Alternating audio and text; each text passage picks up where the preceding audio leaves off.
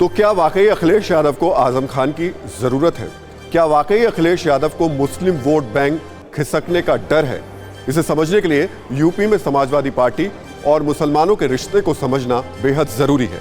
UP में करीब 20% मुस्लिम आबादी है। 2012 विधानसभा चुनाव में 73 विधानसभा सीटों पर 30% से ज्यादा मुसलमान, 2012 में इन 73 में 35 सीटों पर समाजवादी पार्टी जीती।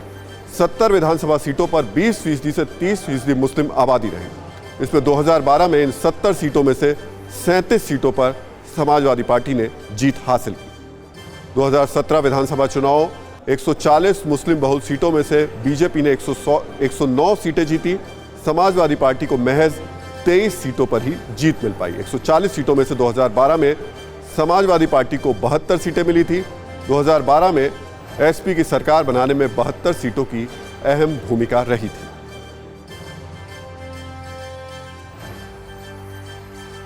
लेकिन यूपी की सियासत समझने वाले आज सब हैरान हैं कि आखिर अखिलेश यादव को आजम खान की याद कैसे और क्यों आ गई।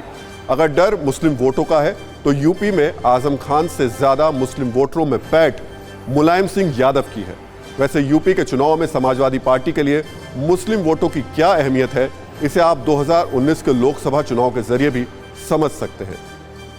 और अगर आप तस्वीर देखें तो 2019 लोकसभा चुनाव में जो मुस्लिम वोट था वो लगभग समाजवादी पार्टी को 73% मिला था।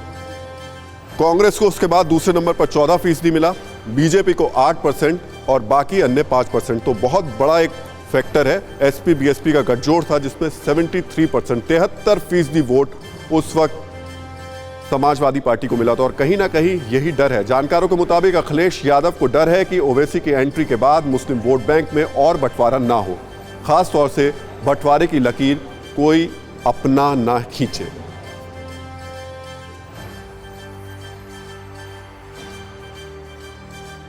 आज का राजनीतिक इतिहास 1930 में महात्मा गांधी ने साबरमती आश्रम से दांडी मार्च की शुरुआत की। यह बहुत महत्वपूर्ण, और आज इसी इतिहास के जरिए हम आपको सवाल का अपना जवाब भी दे देते हैं। हमने आपसे सवाल किया था कि आंदोलनकारी किसान बदलेंगे बंगाल के समीकरण, इसका जवाब हमको मिल गया है।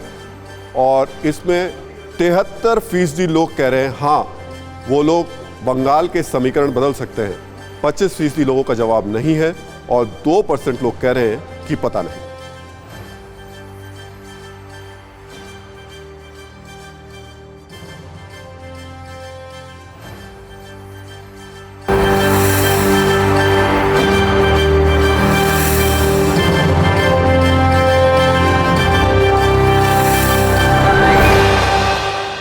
फिक्र आपकी, सोमवार से शुक्रवार रात 9 बजे सिर्फ TV9 भारतवर्ष पर।